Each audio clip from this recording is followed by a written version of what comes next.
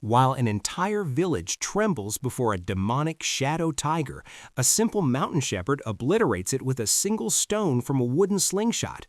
In this video, watch as Turan is forced to break an 8-year promise to his late mother, unleashing a terrifying secret magic to save an old mage from certain death. But this isn't just another hidden power story. You'll witness an untrained boy vaporize evil spirits using raw talent that dwarfs the highest nobles. The real shock, however, comes at the end. What happens when the mage he just saved realizes this orphan carries the exact bloodline of the ruthless noble family that massacred his own comrades decades ago? It all began with a little boy raising a withered branch as if it were a sacred blade, shouting toward the horizon, "I will become the greatest sorcerer the earth has ever known." Soon he was lost in his imagination with his friend, who cast aside her gentleness to pretend she was a ferocious beast snarling in the face of the little hero. The boy gripped his magic wand tightly, gathering all the courage of childhood, and prepared to deliver a blow that would eliminate the monster. With all his might, he brought the branch down upon his friend's head. It wasn't magic, but hard wood that struck the target with precision. The girl recoiled, clutching her head and complaining of real pain, but the boy answered with a hilariously serious tone, "Do not complain, for sorcerers show no mercy to monsters in stories." The girl declared with childish rage that she wanted to become a sorcerer to take her revenge, but he refused boastfully. "Magic is for me alone. You are always the monster."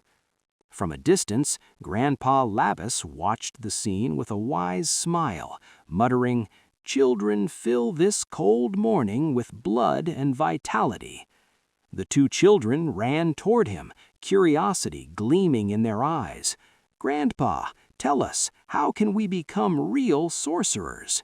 The grandfather's smile faded, replaced by solemnity. "It is not a game, my little ones. Sorcerers are the peak of the human pyramid, ruling the world with an inherited power that flows in their blood." He added regretfully, like shattering a dream, "And that is why you can never be one of them." Suddenly, the voice of a man standing behind him rose in objection. "Why do you bind their dreams with such cruelty, old man?" Grandpa Labbus turned curiously toward the man, who asked him in a tone tinged with anxiety, "Let us leave dreams aside for now. Is the rumor filling the village alleys true?" The man asked in a low voice, "Has a magical beast truly appeared on the outskirts of our lands?" With a face as serious as if carved from stone, Labbus confirmed the news, causing terror to spread through the hearts of the villagers surrounding him like wildfire. The grandfather continued with a chilling description. "A giant tiger, its body covered in shadows that do not belong to this world, sighted at the village entrance under the moonlight." But he reassured them, saying, "The village chief has traveled to the city to bring a professional sorcerer." At that, everyone breathed a sigh of relief, for magic alone is the cure for this affliction. Mothers rushed to grab their children, and one warned her daughter sharply, "Do not dare go near the forest. Death lurks there behind the trees." The warning was clear. The forest had now become forbidden territory, a graveyard for anyone who did not possess a magic wand. Grandpa Labbus confirmed to everyone, facing a magical beast with ordinary human weapons is pure suicide. We are helpless and powerless against them. The man asked again, "Does everyone know the news?" The old man nodded in confirmation. Then the young man suddenly asked, "What about that boy? Did the warning reach him?" The grandfather knit his brows in confusion. "Which boy do you mean? The village teems with children." The young man explained in a mysterious tone, "I mean that strange boy, the one who lives alone, far from the hustle and bustle of people." The scene shifts away from the village noise toward the green plains where a young shepherd named Turan resides. Turan was lying on the soft grass, watching the clouds in total serenity, unaware that the winds of magic and shadows had begun to blow toward his peaceful life. Turan was reclining on the green grass, his eyes listlessly following the movement of his sheep. He appeared like a part of the mountain itself, unmoved by desire or ambition. He exhaled with frustration and muttered, "This life reeks of stagnation. No excitement, no danger, just day chasing night in an endless loop. I am sick of this fixed horizon, the same hills, the same grass, and the same faces that only smile when there is something to gain." He felt fear creeping into his heart, not of monsters, but of the routine that gnaws at his soul day after day without anything new knocking at the door of his life. "If this silence continues to stifle my breath, I fear the day will come when I forget how to form letters with my tongue." Suddenly, a raspy voice pierced his stillness, calling out to him, "You wretched child, have you drowned in your daydreams again?" Grandpa Labbus was standing over him, rebuking him with harsh glares, as if he saw Turan's laziness as a crime against the village. Turan did not stand. He merely grumbled audibly, "Old man, your heavy shadow is blocking the only sunlight that gives me warmth. Move a little and let the light pass. Talking to you doesn't warm the bones." The old man's face flushed with rage and shouted, "How insolent you are! Are you still living in the ruins of the past, harboring grudges that never die?" In that moment, dark images flashed before Turan's eyes. The day this old man tried to seize his flock following his mother's death. Yes, my memory is very sharp when it comes to thieves, so get to the point immediately. Labbus was stunned by the boy's audacity, which surpassed all limits. He tried to respond, but the words stiffened in his throat. Turan fixed a serious gaze, sharp as a blade, into the old man's eyes, forcing him into silence and an acknowledgement of this young shepherd's presence. Labbus said in a low voice, "A magical beast has appeared on our outskirts." Suddenly, Turan sprang to his feet, and the spark that had been missing returned to his eyes.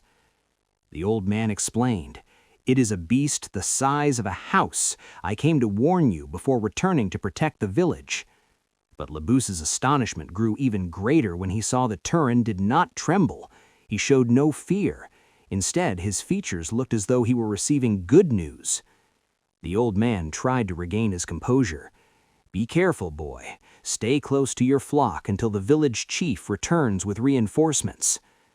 "I came here because I'm worried about you," the old man claimed, in a tone that convinced no one. Turan laughed sarcastically. "Worried about me? You're worried about the meat and wool these sheep represent. You don't fear for my life. You fear for the loss of your potential inheritance." Labbus was incensed, but Turan cut him off coldly. "If you have finished your performance, the path behind you awaits your departure. Go, for the foul scent of your breath has begun to rot my nose and stifle the sheep." The old man left cursing and swearing, while Turan leaned down to pat the head of one of his sheep with an eerie calm. Alone in the wilderness, Turan began to analyze the news. The magical beast was not a nightmare to him, but the new thing he had long awaited to break the world's boredom. Mana, the essence shared by sorcerers and magical beasts as eternal rivals. Turan recalled that piece of information, feeling a shiver course through his body. His eyes gleamed with a spark of excitement he had never known. A real sorcerer in our forgotten village? Finally, I will see with my own eyes those who bend nature to their will. But his sarcastic tone returned quickly. Even so, I don't expect miracles. Any sorcerer who agrees to come to a rural village at the request of its chief must be nothing more than a novice. Nevertheless, curiosity gnawed at his mind. Did this sorcerer possess power beyond human imagination, or was it all just a display of tricks? Suddenly, Turan's nerves tensed. A strange wind blew, carrying a heavy scent unfamiliar to the noses of shepherds. He faltered for a moment, his pulse stopping, as if the forest around him had held its breath in preparation for something. His pupils dilated as the bitter truth hit him. This isn't the smell of the earth. It's the smell of blood, fresh blood, spilled just moments ago. At dusk, when light blurred into darkness, Turan decided to penetrate the forest. He tracked the bloody trail to see what horror had occurred behind those trees. He walked with a caution that rivaled that of wolves, placing his feet silently over the branches, his eyes warily scouring the shadows. He was confident in his intuition. The scent guided him like a black light towards the heart of the chaos. As he advanced, the smell became suffocating, and the bitter taste of blood began to fill his throat, as if the very air had been stained red. And in that critical moment between the dense trees, Turan stopped abruptly, the blood freezing in his veins from the horror of what he saw. The scene was devastating. Grandpa Labous and several villagers lay scattered like human wreckage after a brutal attack that left no life in them. He let out a deep sigh of sorrow. Despite his dislike for Labous, he never expected that scent to be the old man's final breaths. Turan realized in that moment that ordinary predators do not leave behind this kind of organized and terrifying devastation. He concluded with a chilling certainty. This destruction is not the work of ordinary claws and fangs. It is the madness of dark mana. It is the act of a magical beast. Suddenly, he heard a sound like rocks crushing under immense pressure behind his back. From the folds of the thick shadows, a massive claw emerged, a blade of bone and darkness that sliced through the stillness of the place. The magical beast finally materialized before Turan, and the moment of confrontation arrived that would decide the young shepherd's fate. In this moment, memory returns to the little boy who once asked his father, "Father, is it true that magical beasts are invincible?" His father answered in a voice filled with helplessness, "Son, ordinary men have nothing against them but to pray for a swift death. Without magic, we are merely insects beneath their feet." The boy's voice trembled as he clung to his father's cloak. "What will become of us, father? Will the shadows swallow us?" His father reassured him with a gentle touch, attempting to hide his anxiety behind a mask of calm. "Do not fear, my son. The village chief has not left us to our fate. He has set out to bring a great sorcerer, a man who tames the impossible to protect us." The boy asked, his eyes fixed on the horizon, "And is the sorcerer, is he truly stronger than that beast Grandpa describes?" The father answered with sacred certainty, "Sorcerers are exceptional beings. Rivers of power flow in their veins from birth. It is said that their words are swords, and with a single whisper they can erase the mightiest monsters from existence." Returning to the present, Turan stands face to face with the shadow tiger, a beast dripping with death and darkness, its eyes radiating deep-seated malice.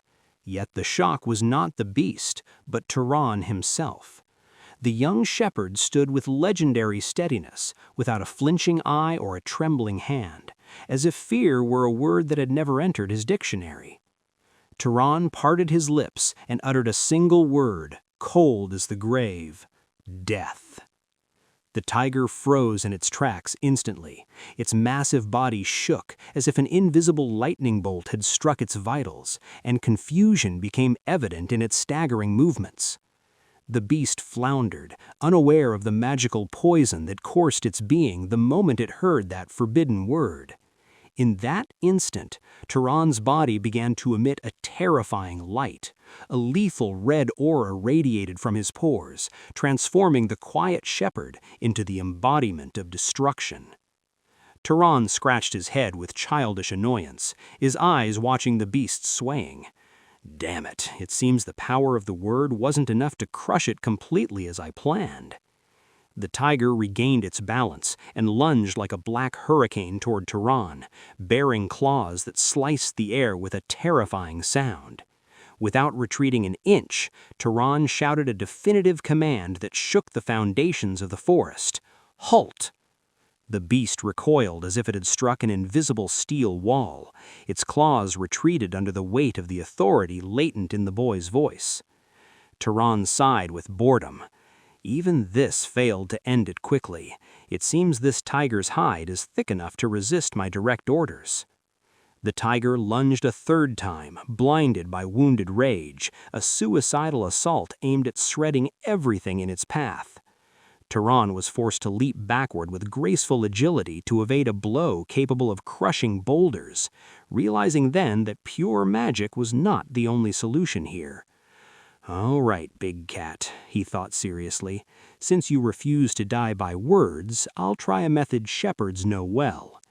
He leaned down with the speed of lightning and picked up a small, ordinary stone from beneath his feet, a worthless pebble in anyone else's hand, but in his it became the blade of fate. He said with a mysterious smile, "A shepherd should always act like a shepherd." Then he pulled his worn leather sling from his belt. In response, the shadow tiger prepared for its final charge, mobilizing all the forces of darkness in its rippling muscles for the killing pounce. He placed the stone in its pouch and whispered to it in a language humans do not understand. "Become stronger, become the blade that does not break." The stone ignited with a brilliant red glow. He tightened the sling's cords, gathering all his focus onto a single point between the beast's eyes, ready to launch a projectile that would bear the signature of its geth. The aura was no longer merely red. Turan's eyes ignited with a searing golden radiance, as if a sun had been born behind his pupils to expose the secrets of the dark. He whispered to the stone in the language of strings, "Be swifter than the wind, be the pulse of the lightning bolt." Then he whirled his sling with a mythical force that made the surrounding air hiss in pain. He planted his feet in the forest mud as if they were the roots of an ancient mountain, gathering every atom of mana to his center of gravity. He issued his final command to the stone, a voice emerging from the depths of his soul: "Pierce the enemy and leave nothing of him remaining." The small stone launched, shattering the sound barrier. It was no longer a pebble, but a magical bullet slicing through the mist with a golden flash. The stone traced a line of light, targeting the beast's forehead with unerring precision, turning the silence into a scream of steel. Without a single chance to dodge, the shadow tiger received the blow it never expected from a mere human. The stone slammed into its body like a catapult projectile. The stone pierced the side of its head with immense power, but the cursed beast's hide absorbed the shock. The tiger did not fall. Instead, its madness intensified. The tiger lunged like a black hurricane toward Turan, roaring with a sound that shook the fallen leaves. It pounced with its massive claws, capable of shredding steel armor, as destruction closed in on the young shepherd. But Turan did not retreat. Instead, a cold smile played on his lips, and he pointed his finger toward the sky to designate the attack's target once more. Directly above the tiger's head, the stone was still suspended in the air by magical command, as if awaiting the executioner's signal. Turan spoke.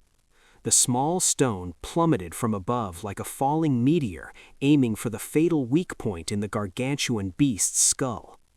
It scored a direct hit that split the darkness. Mana exploded inside the tiger's head, ending its predatory journey forever. Turan stood still amidst the dust of battle, the cool breeze caressing his hair as if nothing had happened. The tiger's massive body fell before him like a collapsing mountain, slamming into the earth with a final thud that signaled the silence of the forest. He commented coldly while looking at the corpse. "This was the first time I tested my words on a real magical beast. The result is acceptable." He grumbled, thinking about disposing of the carcass over the cliff. "Damn it, I've done a free favor for those village bastards who don't even deserve a spit from me." Here we discover the truth he hid from the world. This simple shepherd is in fact a natural-born sorcerer, a being who bends reality with his tongue. He remembered how the curse began 8 years ago, when he was a 10-year-old child, discovering that his will was stronger than gravity. He used to amuse himself by making pots and objects float around his small home, turning his simple reality into an arena of wonders. He called his mother with innocent, childish excitement. "Mother, look, the firewood is flying like birds." He thought he was giving her a gift. But his mother's face bore nothing but terror. She was not happy with that power. She saw in it an omen of doom that would burn their peaceful lives forever. "I can command the fire to warm us and make the wind drive the rain clouds," little Turan said with the coolness of a child discovering his toys, and the echo of his voice still resonates in his memory today. In that moment, her mother let out a scream that shook the walls of the cottage. It was the first and last time she would see her delicate features distorted by terror and rage. The little boy stood bewildered, unable to understand why his magical gifts were met with such violent rejection, as if he had committed an unforgivable sin. The mother sank to her knees before him, grasping his shoulders with her trembling hands. "Turan, look into my eyes. We must talk about this light that comes from your fingers." She asked him in a faltering voice, "Do you love your mother? Do you want us to stay together in this little house for a long time?" He answered with childish sincerity, "Yes, mother, forever." There she carved into his heart the vow that would change the course of his life. She made him swear a solemn oath by the dim light of the fireplace.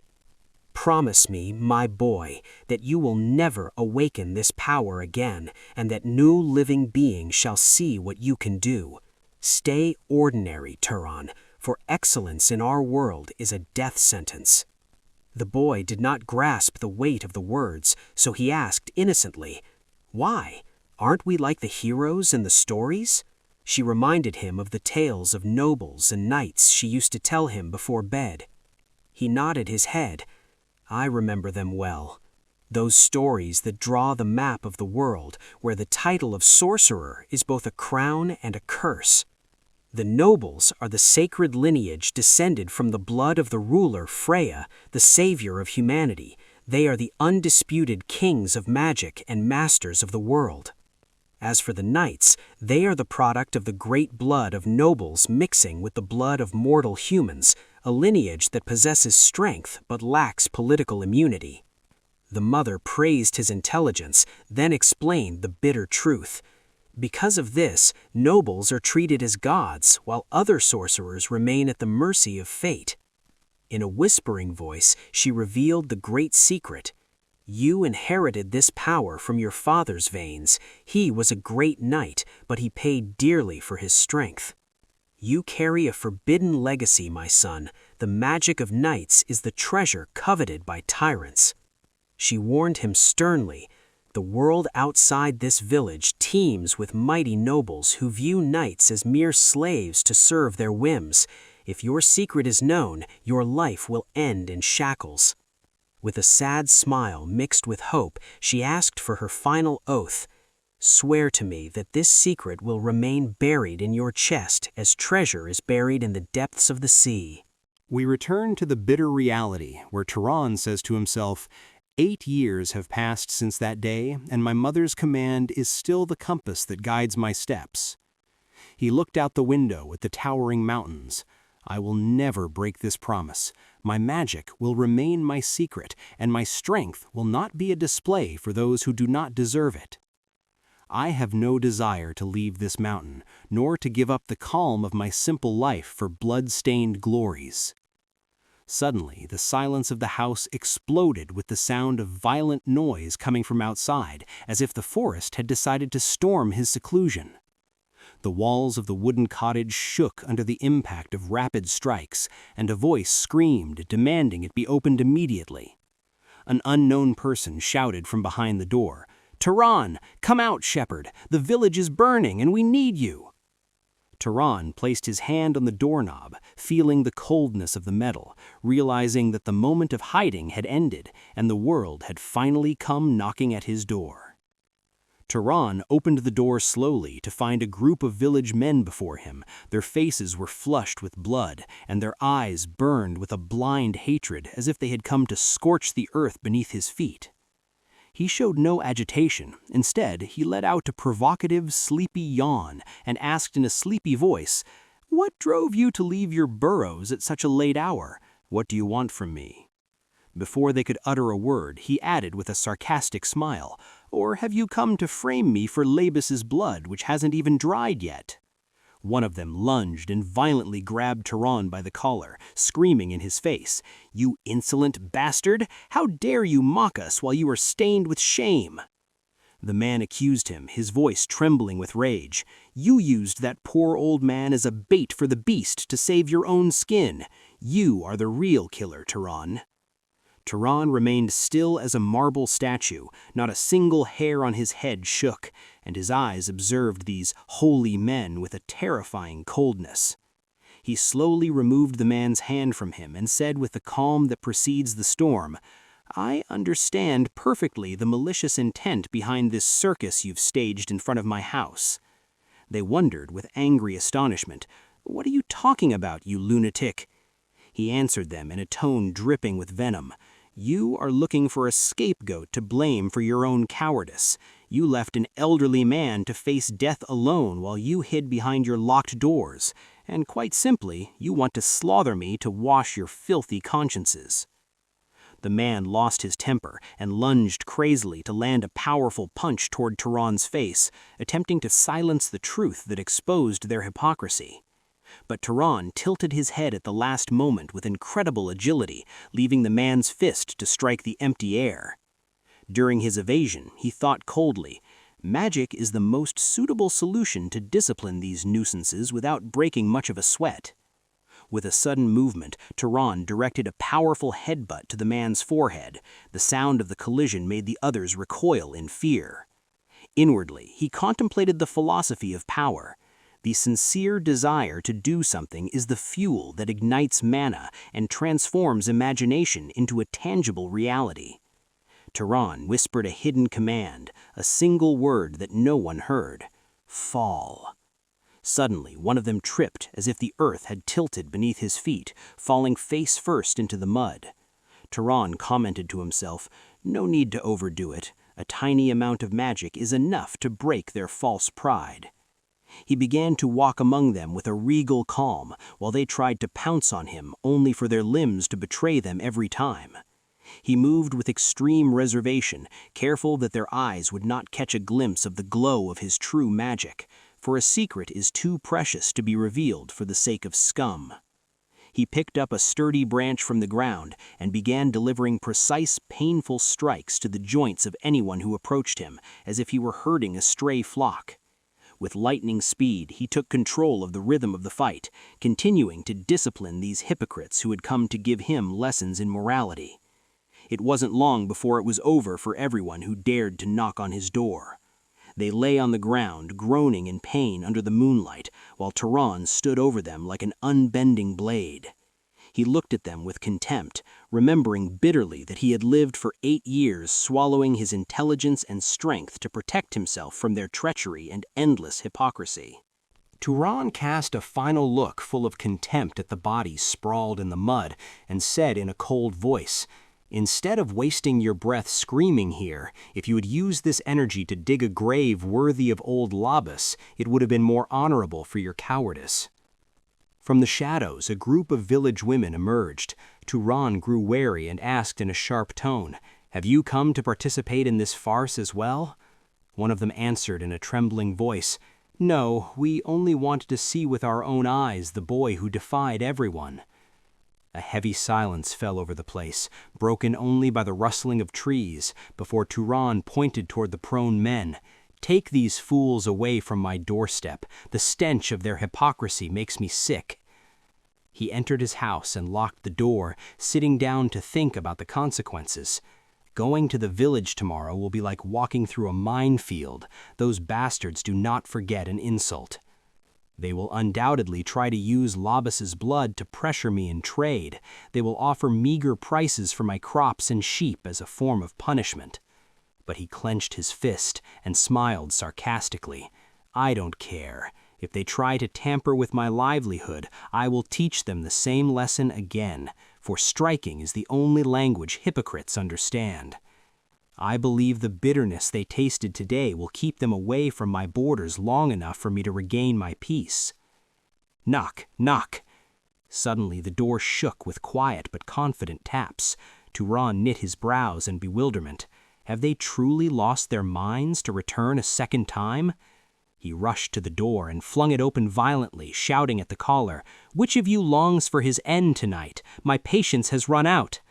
But he froze in his tracks. It was not a villager, but a mysterious man with sharp features, a neatly groomed black beard, and wearing the clothes of a traveler who had crossed thousands of miles. Turan asked cautiously, "Who are you, and what brings a stranger to the outskirts of this mountain?" The stranger bowed with a polite apology. "Please forgive me. I am a traveler who has lost his way. I was looking for shelter for the night, but it seems I have intruded at an inappropriate moment." Turan felt embarrassed, and his sharpness receded. "I apologize for my rudeness. I thought you were one of the nuisances I just drove away." He remembered his mother's advice about hospitality and politeness. He felt the strangeness of the situation, since he had never used this soft tone with anyone in the village before. Turan's eyes fell upon the sword hanging from the man's belt, a blade that spoke of experience and majesty. He smiled strainedly and said, "A swordsman in these rural parts, that is rare.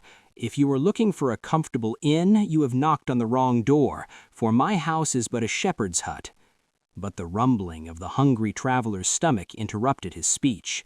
Turan felt the responsibility of a host and decided to let him in despite his doubts. After a few moments, the atmosphere of tension transformed into a simple domestic warmth. The plates were placed on the table, and Turan apologized humbly. "This is all a lone shepherd possesses. I am not used to receiving visitors, so please excuse my lack of means." The stranger's eyes widened in surprise at the abundance of simple and delicious food, and his wonder increased when he learned that this young man had never left the mountain, nor met a stranger in his life. Turan explained as he poured a drink, "I was born in the embrace of these peaks, and raised among my sheep. This mountain is my only world." The stranger began to observe him with deep interest, studying his composed movements and the gaze that hid an intelligence ordinary shepherds do not have. Turan enjoyed his drink in silence while the fire danced in the hearth, announcing the beginning of a night unlike any other. Suddenly, the traveler broke the silence and said in a serious tone, "Your clothes are those of a shepherd, but your majesty and manners say that you are the descendant of great knights." Turan was shocked by the visitor's keen observation. The man set his glass down quietly and spoke in an evaluative tone. "For a young man who spent his life between mountains and flocks, your table manners suggest a rare nobility. It seems whoever raised you saw a king in you, not a shepherd." Turan averted his gaze toward the dancing flames. "My mother was the one who instilled these rules in me, but she passed away years ago, taken by an incurable disease that all the rural medicines could not defeat." A shadow of sadness crossed the traveler's face. "She fulfilled her trust with brilliance and forged a man that stands out from the rest. No doubt she watches over you now in peace from a good place in the heavens." Turan thanked his guest tersely. "I live only by the commandments she left me." Then he followed up with a sharp look. "And now, what brings a blessed one like you to this isolated peak?" The man straightened in his seat and revealed his identity. "I received an urgent summons. A magical beast of the shadow tiger species has settled in this region and begun spreading terror. The villagers were looking for a strong hand to protect their necks, and I am here in my capacity as a sorcerer, tasked with ending this nightmare." Turan realized at that moment that this was the savior the village chief had gone to bring, but he had arrived too late, after the tiger had been silenced forever. The sorcerer confirmed his suspicions, then tilted his head slightly. "Will you allow me a question that may seem strange, my boy?" Turan nodded in agreement with cautious silence. The sorcerer said, his eyes scanning the corners of the cottage, "I feel the remnants of the beast's aura hovering nearby. The scent of death still clings to your clothes and the mountain air. But what is strange is that I find no trace of the beast alive, nor do I see panic in your features. This rouses my suspicion more than the beast itself." The sorcerer fixed his gaze on Turan. "Your calm behavior puts you in a position of doubt. The villagers tremble behind their doors, yet you sit here as if waiting for an ordinary guest. The village chief told me the beast is merciless, yet I find you in the heart of danger without guard or fear. If the beast grows hungry, it will make you its first target due to the proximity of your dwelling. How do you possess such audacity to stay here alone?" The sorcerer asked him with cutting bluntness, "Who are you truly, Turan? My mind cannot accept that you are merely a lucky shepherd." Turan's memory flashed back to years ago when he innocently asked his mother, "Why can't I tell them I am a sorcerer like them?" His mother wept as she held him. "I fear the claws of the nobles for you." She explained bitterly, "If the nobles are the shepherds who own the land and the sky in this world, then sorcerers like us, the knights, are nothing more than the guard dogs they breed to protect their flocks. They treat us as family as long as we are useful, but they will sell us or sacrifice us in the first storm to save their interests. I do not want this humiliating future for my son. I want you to remain free by my side, far from the chains of service and degradation. Promise me, if another sorcerer discovers your secret, they will separate us, and you will turn into a tool, used up and discarded in the dustbin of history." She concluded with harsh words, "To protect your secret, you may one day have to do the impossible, even if it means silencing whoever discovers you. Forever." In the present, Turan felt the coldness of his hidden blade.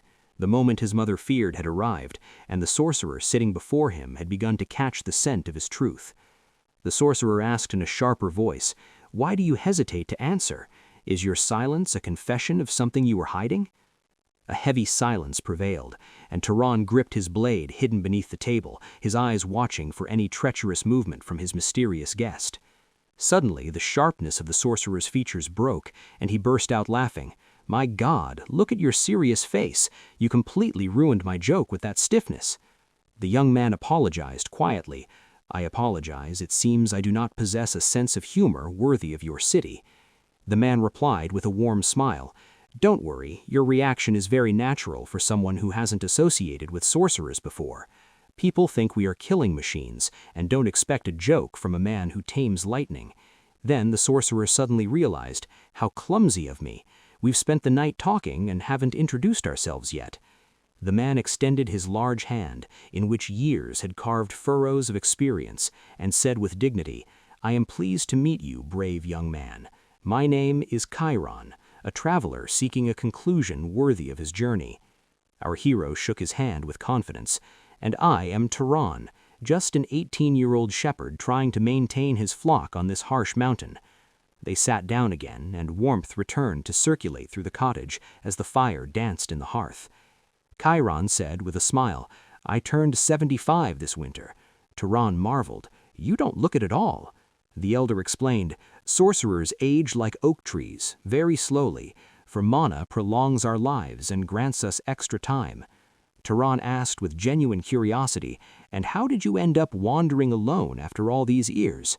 Chiron sighed, "I served the great Arabian family for 60 years, and now in my final days I only want to be as free as a breeze, going wherever my feet lead me." Turan smiled deeply. "It is a wise idea, for freedom is the only treasure worth the effort." The conversation between them continued for hours, and Turan seemed thirsty to hear stories of the outside world that he was completely ignorant of. A friendly atmosphere prevailed that Turan had never experienced before, and he thought in amazement, "I never imagined that talking to a stranger could make me forget the loneliness of the mountain like this." Time passed like a dream, and they did not notice until the first threads of dawn emerged from behind the peaks, announcing the end of an exceptional night. Chiron stood up, stretching. "How wonderful! I didn't feel the night pass in your company. It's time to depart, for the road does not wait for the laggards." He left shiny silver pieces on the table. "This is pure Arabian silver. Accept it as payment for your generous meal, and let it be a memento from a passer-by." Turan accepted it with gratitude. "Thank you, and I wish you the best of luck in your hunt for that tiger." Kiran laughed and waved his hand. "Don't act as if it's an eternal farewell. I might return one day for a free meal if you become a wealthy shepherd." As soon as the hidden magical command was issued, the sheep froze in their tracks, the sounds of grass munching ceasing as if time itself had stopped. Their heads all turned toward Turan in an eerie harmony, then rushed to gather around him like soldiers obeying their general, surrounding him in a protective ring of wool and safety. Turan sighed as he contemplated the horizon.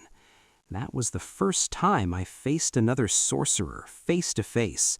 I didn't know that talking to a stranger could grant me this much relief. As he patted the back of one of the ewes with his rough hand, the echo of Kiran's voice returned to him, that clarity and joy he had never encountered in the greedy villagers. He concluded within himself a warm truth.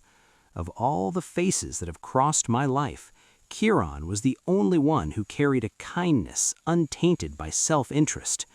But his thoughts soon darkened. I have always seen knights as hunting dogs bound by the chains of the nobles. How will Kiran fare on his path now? He wondered with a hidden anxiety. Will Kiran find his purpose on Mount Sile, or will he collide with the emptiness of the forest now that I have crushed its only beast? Meanwhile, Kiran was making his way through the dense trees, his experienced eyes scanning every corner for a trace of the shadow tiger. He knit his brows in bewilderment. The forest that was said to be teeming with monsters was eerily silent, devoid of any offensive mana. He came across the traces of a fierce battle, broken branches and upturned earth, yet strangely he could not sense any lingering demonic aura indicating the beast's presence. Leaning against a mangled tree, he muttered, "Is it possible that another hunter preceded me and took down the beast?" He considered the possibility that the village chief had hired another secret sorcerer, or that an unknown hero had passed through and cleansed the area. A flood of relief washed over him. The important thing is that the nightmare has ended and the village is finally safe. Suddenly, the smile froze on his lips, and his expression of relief shifted to pure horror that made his hair whiten even more. He turned in terror, as if a silent scream had pierced his ears. He sensed an extremely malevolent presence, an energy that did not belong to the world of the living, approaching him rapidly. From the heart of the pitch-black darkness, a massive claw dripped with a putrid substance, as if it had emerged from a grave forgotten for centuries. The tiger that Turan had killed appeared, but it was no longer an ordinary beast. It had transformed into a distorted monstrosity, its body a blend of viscous shadows and protruding bone. Kiran cawed in shock. My God, it has been turned into a demonic spirit.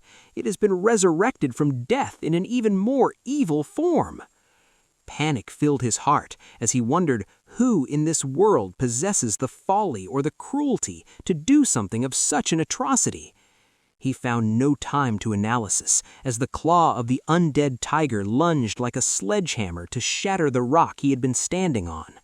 With a swift movement defying his age, Kiran leapt, evading the lethal attack, his mana igniting around his body like a shield of light.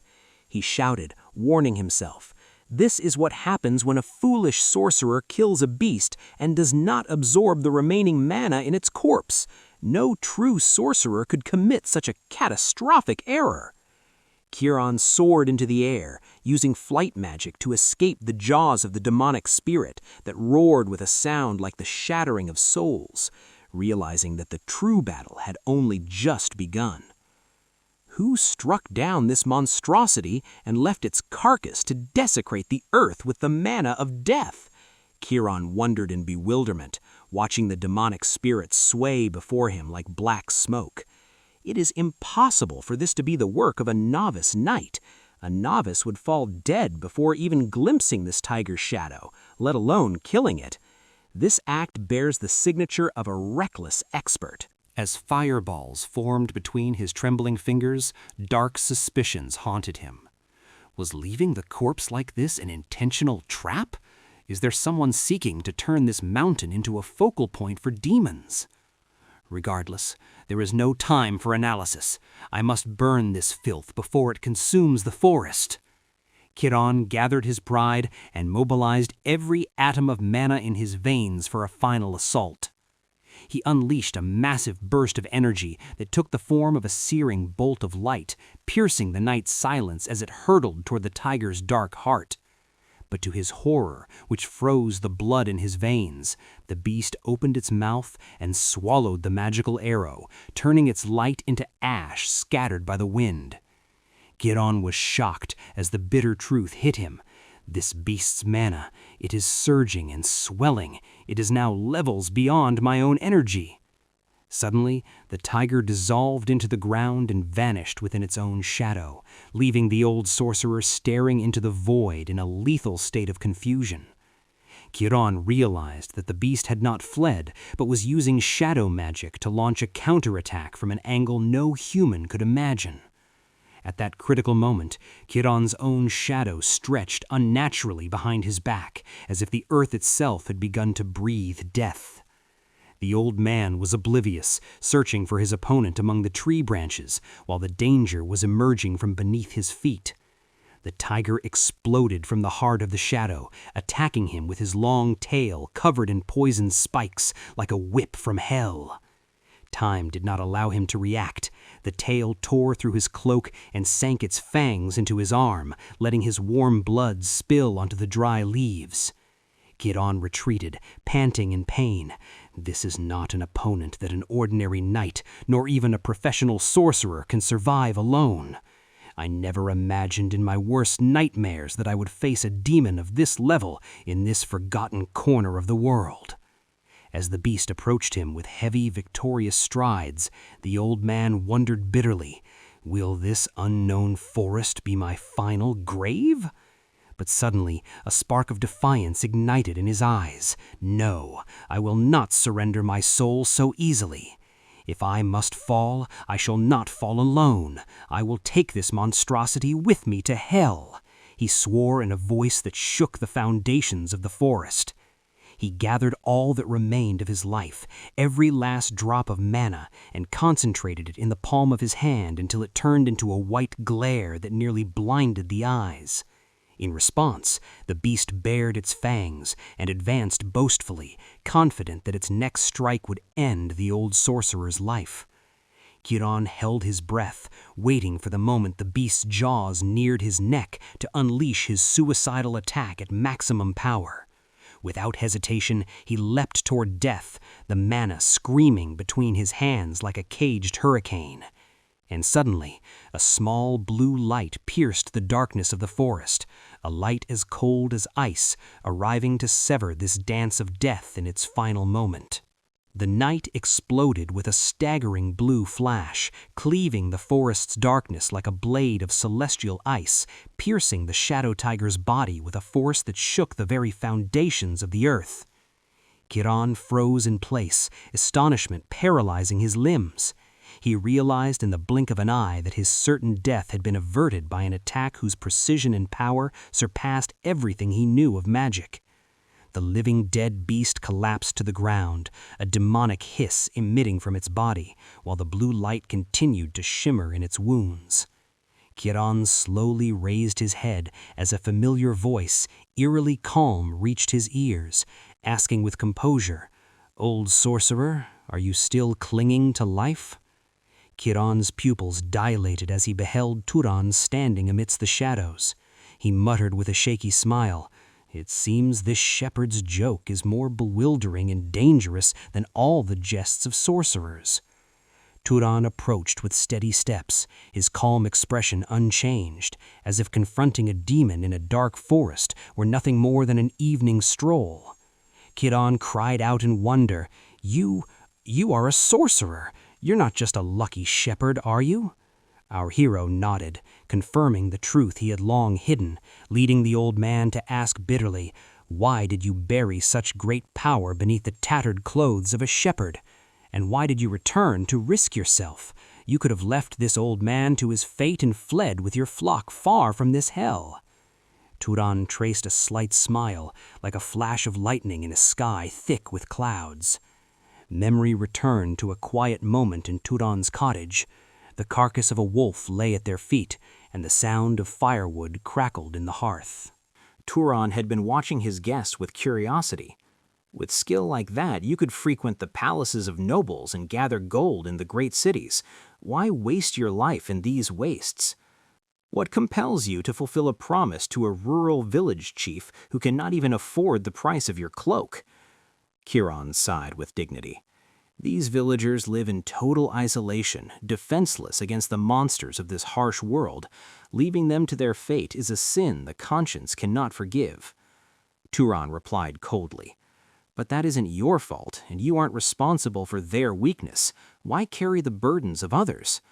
The old sorcerer answered him in a sacred tone. "We sorcerers inherited the power of the ancient rulers. Our power is not a privilege, but a duty. Each of us must follow his own destiny." Kiran smiled with pride. "I feel honored when I protect the weak, even though I know not all sorcerers share this nobility. Each of us has a deep well of thoughts." The features of the memory faded, and the terrifying noise of the forest returned. Turan looked into Kiran's eyes with a new seriousness. "You said it yourself. Everyone in this world has their own unique way of living their life, and this is mine." Suddenly, the demonic tiger rose from its wreckage, let out a roar that split stone, and lunged toward them in a desperate, horrifying pounce. The two evaded the attack with skill, and Kiran shouted in panic, "Turan, run now! This beast has surpassed a level of sorcerers. It is at a pure demonic level." The old man added in despair, "Only a noble of the Freja lineage can defeat it. Go and warn the village. I will stay here to block its path and buy you a few minutes. Leave." Kiran was feigning strength and certainty, but in the depths of his soul, he was listening to his final heartbeats, ready to die with honor to protect the shepherd who had restored his faith in humanity. The previous strike was merely a greeting. Now let's see if this monstrosity is worth the effort of my awakening. Suddenly, a stone in his hand glowed with a blue light so piercing it nearly blinded the eyes. Kiran was stunned and recoiled. He realized that the terrifying explosion from moments ago was only a tiny fraction of this boy's energy. "How can this be?" the old man muttered in bewilderment. "A young sorcerer in the prime of his youth, hunting demonic spirits that even the high nobles tremble to mention?" While he was drowning in his questions, the stones and branches around Turan began to float in the air, drawn to his center of gravity, as if gravity itself had submitted to his command. Turan unleashed a gruesome aura, and Kiran realized the truth. This is not just a gifted knight. I am witnessing the birth of a being who will shake the throne of the world and upturn the balance of power. Energy began to flow from Turan's pores with a force that made the trees groan, and he smiled wildly. "I have always wondered in my isolation, where do the limits of this fire dwelling in my veins end?" He took a combat stance, his golden eyes gleaming with eternal defiance, ready to tear the demonic spirit to pieces. With absolute confidence, he repeated himself and to the forest, "I want to know today how far this shepherd can reach in the heavens of power." Kiran shouted, trying to stop him, "Don't be reckless. Talent isn't everything. This opponent exceeds your solo strength. Let us unite our powers or we will be crushed together." But the demonic spirit did not wait. It lunged like a black lightning toward Kiran, bearing claws dripping with poison and death. Without hesitation, Turan launched a magical projectile that intercepted the beast's path in a fraction of a second, saving the old man from the jaws of death. Kiran gasped as he saw the boy's mythical speed, realizing bitterly that he could barely see his movements. How could he possibly keep up with him? "My presence here will only hinder him," the old man thought with humility. "My duty now is not to fight, but to protect this legendary talent until it blooms and changes the face of history." Meanwhile, Turan unleashed a crushing mana explosion. A white flash erased the forest's blackness and destroyed a vast area of ancient trees. However, his features tightened, and he muttered in annoyance, "Damn it, this thing is still breathing. My raw attack didn't cut it from the roots." The beast tried to kick him with massive here claws, but Turan leapt into the air with the grace of a bird, evading the strike by mere millimeters. Kiran guided with Rizé. "Turan, demonic spirits do not die by physical strikes, no matter how strong. They feed on physical pain."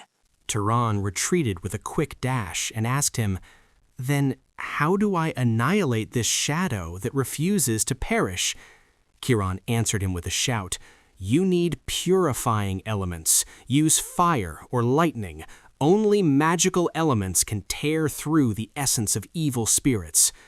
Turan extended his hand, concentrating all his anger and curiosity into a single point. The air around him began to heat to the point of combustion. A searing blue flame shot toward the beast, but the attack seemed to hit a mirror. The beast was absorbing the elements as well, and the battle looked as if it would last forever. Turan wiped the sweat from his brow and looked at the dying flame with frustration. "It's not working. The fire vanishes before it even touches his cursed hide." Kiran shouted in a mix of bewilderment and discovery, "Turan, you were trying to strike him with pure force. A sorcerer does not strike a living being directly. He establishes a link or a physical cause that affects them. Is it possible you don't know the simplest basics of magic?" Kiran realized the catastrophe now. This boy is the one who killed the beast earlier, but he left it without absorbing the mana from its corpse, and that is precisely why this demonic spirit rose from its remains. The old man's shock doubled as he grasped the greater truth. This raw genius has never absorbed mana in his life. He fights with an innate, inexhaustible reservoir, without the slightest academic training. Kiran screamed, guiding him with all his might. "Turan, first create the fire within your own surroundings. Manifest it as an independent entity, then launch it with all your malice toward the beast's heart," he explained while monitoring his movements. "Creating fire is easy for any sorcerer, but taming it and controlling its path requires years of tempering and dedication. Do not expect success on the first try." But the words froze in the old sorcerer's throat. Turan had succeeded in manifesting a mass of raging flames in a fraction of a second, as if the fire had been waiting for his signal since the dawn of time. Our hero did not waste a single second in wonder. The beast was approaching, and death does not wait for the hesitant. Turan struck the ground with his foot, a blow that shook the earth, and lunged like an arrow charged with a desperate desire to end this nightmare. He launched a fireball saturated with all the mana he possessed, as if a sun had suddenly been born in the heart of the dark forest. Boom! The attack struck the evil eye of the demonic spirit directly, and the place exploded with a light that blinded them both for moments. The body of the demonic tiger began to erode, consumed by the blue flames Turan had created, as if hell had opened beneath the beast's feet. Kiran shouted a warning. "Do not stop now. Fix your gaze. Pump the mana without interruption, or the fire will die out and the monstrosity will be reborn. You must burn every atom of darkness in its being. If you leave behind even a single ash, we will not survive this time." Turan closed his eyes, pouring all his hatred for the villagers' hypocrisy and all his love for his mother's promise into those flames, making them grow even fiercer and more intense. And so, under the weight of heat that melted the very rocks, the beast vanished completely, and the demonic spirit dissipated into nothingness. Kiran let out a sigh that came from the depths of his soul, his exhausted body relaxing with relief. It is over. What a terrifying monster. The old man thought in awe. That was a spirit that would require a squad of nobles to annihilate, but this simple shepherd, he erased its trace alone. This is something that will take me years to process. I witnessed a martial miracle tonight. Turan asked, looking at the spot of the charred corpse, "Sorcerer, can I go back to my sheep now? Is this game finished?" Chiron answered him gravely, "Not before you learn the most important lesson. You must absorb the remaining mana here immediately, or its remnants will summon other beasts." Our hero asked curiously, "And how do I do that?" Chiron smiled and said, "It is all in your mind. Imagine yourself as a black hole swallowing all the light around it, and make that energy a part of your blood." Turan closed his eyes, surrendering to the old man's advice, and relaxed his mental defenses. Suddenly, he felt a hidden pull tethering his heart to the smoldering remains of the ash.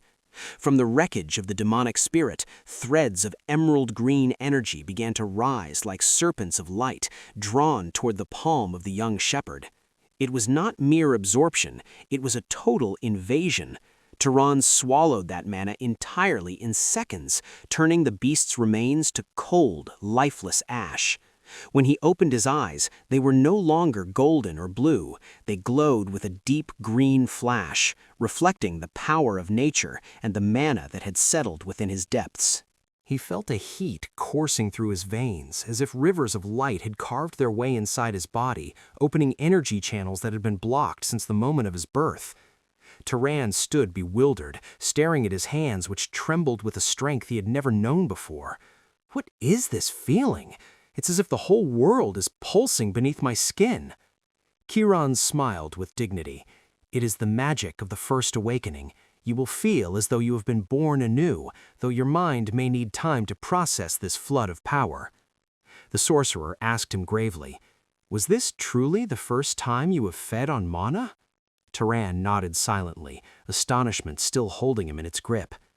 Chiron explained the reality of the world. "Mana grows slowly like an ancient tree, and the fastest way to refine it is to tear it from beasts, or from the sorcerers you strike down on the battlefield." The old man contemplated the boy with internal amazement. If this is only his beginning, with this innate capacity for control, then we are facing a human monster who will surpass all limits of logic. "Turan, you are not merely gifted, you are an exceptional being, a curse or a blessing that will change the face of this continent." Chiron called to him in a low voice to snap him out of his daze, then made a move the young man never expected. The 75-year-old sorcerer bowed with profound respect.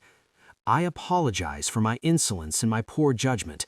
Tell me, master, to which noble family do you belong?" Turan was flustered by this sudden submission and waved his hand dismissively. "Stop this nonsense, old man. And look at your arm. The wound is bleeding heavily. My respect won't do you any good if you drop dead from blood loss." They returned to the cottage under the dim light of dawn. There, Turan cleaned and dressed Chiron's arm with the skill of a shepherd accustomed to tending the wounds of his flock. Chiron said in a faint voice, "Forgive my crudeness, and forgive me for dragging you into a battle that was my responsibility. I put your life in danger." Turan replied as he tied the bandage firmly, "I am not an important person for you to apologize to. I'm just a shepherd living on this mountain, and I don't even know who my father is." He looked into Chiron's eyes with absolute seriousness. "Stop apologizing. It's over." The old man yielded before that look which brokered no argument. Chiron went quiet for a moment, then asked curiously, "Why does a sorcerer possessing the power of nobles choose to live as a shepherd of sheep? This garment does not suit the stature of your great soul." Turan sighed. "This was my vow to my mother. She kept repeating to me that this mountain was my only fortress until she drew her final breath. She warned me that the world of nobles below is nothing but a slaughterhouse for talent. They would use me as a tool, then discard me like trash when their purpose is served." Chiron commented solemnly, "Your mother was a very wise woman." Turan felt confused. He had grown used to thinking his mother's commandments were born of excessive fear, and he never imagined a professional sorcerer like Chiron would endorse such isolation. Chiron broke the silence with a tone of solemnity.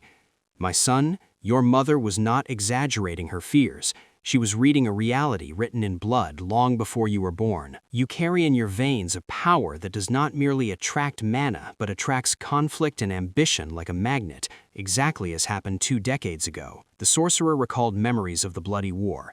20 years ago, the world was ignited by the fires of conflict between the great noble families. Back then, I was a loyal servant of the Arabian family in its war against the tyrannical Zahar family. In a single battle, I saw thousands evaporate like smoke. Out of 3,000 magic-armored knights who served Arabian that day, 900 of them fell within hours, leaving behind a forest of shattered weapons and cold bodies. The old man's eyes darkened. Unfortunately, my comrades, the friends of my lifetime, and everyone with whom I shared my bread and salt were among that third that did not taste survival. The war did not stop at friends. It consumed my family as well. My wife and son perished under the weight of the enemy's magic, and nothing remains of my tree but a dry branch, me. So, yes, your mother was right. A knight's life withers faster than a flower in a child's hand. But despite her wisdom, she miscalculated one thing. Turan knit his brows with curiosity. What did she fail to calculate? Chiron admitted in awe. The extent of the miracle that dwells within you. You crushed a demonic spirit with a brilliance that I myself did not possess when I was your age. Your potential, Turan, transcends the limits of knights. You possess an innate talent that rivals and perhaps surpasses the summits of the nobles themselves. You are a jewel that lost its way to the mountain. Turan remained silent, watching the flames consume the wood, while the walls of his old reality crumbled. He whispered to himself in doubt. Was the story of my father being just a knight, a white lie from my mother to keep me by her side? Chiron explained, the world is full of rarities. Among the greats, a child without a spark may be born, and among the commoners, a titan with the rank of a noble may emerge. Therefore, you must leave this peak. The world is waiting for you. Turan asked him, and why should I leave my peace for a world that is burning? The old man replied, because humanity still lives in narrow fortresses. We are not yet the masters of this world, and there are monsters waiting for someone to tame them. But he quickly apologized with a smile. Forgive me, I forgot that you haven't studied the secrets of mana and the alphabets of the lineages. Chiron explained, what distinguishes a noble from a knight is the lineage ability. These are mysterious inherited traits that grant their owner a superiority no one else possesses. Traits that do not need to be learned, but flow in the blood. He asked with interest, tell me, is there a magical act you found suspiciously easy, or a strange ability you possess without consuming a single atom of mana? Turan thought deeply. I thought the power of mana was what made me faster and physically stronger than any villager I met, but my sense of smell is unnaturally sharp, and my hand tells me the location of the target before I even throw my stone. My throws never miss. Chiron shook his head. A sharp nose is a strong hereditary trait, and the brilliance in throwing weapons is the pride of the Arabian family. But it is common. There must be something else. The sorcerer asked him to continue explaining in detail, so Turan began to recount the details of the strange incidents that had occurred to him over 8 years. After a few moments, Chiron's features froze, and he said in a faint voice, I understand now. Turan noticed that the old man was looking at him with terror mixed with reverence, as if he had seen a ghost from the legends.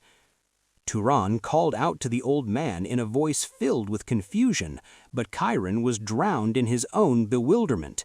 Finally, he whispered in a trembling voice, the picture is clear now.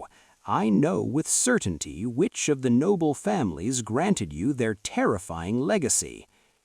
Turan fixed his gaze at the elder's eyes and asked sharply, which family are you talking about, and who are these people you claim I belong to? A deathly silence hung over the cottage, and the laughter of the flames in the hearth faded as Chiron struggled with his painful memories before speaking the truth.